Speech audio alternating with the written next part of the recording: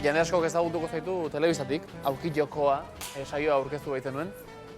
Faltan, sumatzen duzu, telebista.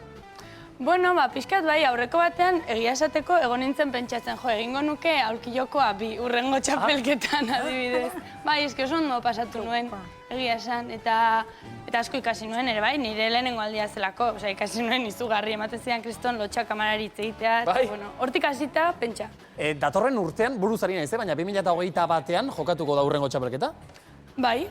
Bueno. Egin deialdia. Bai, igual joango gara, proposatzera hori, elkarteari. Lana eskatu, ja. Hemendik aurkilokoa bi nahi dugu. Deialdia eginda. Igual ala ere Edurne beste batzuk ezagutuko zaituzte bertsolari moduan? Ni naiz bertsolaria, benetan, Ibili izan zara? Bertso mundutik oso gertu nabil, barruan ere esango nuke, orbitan.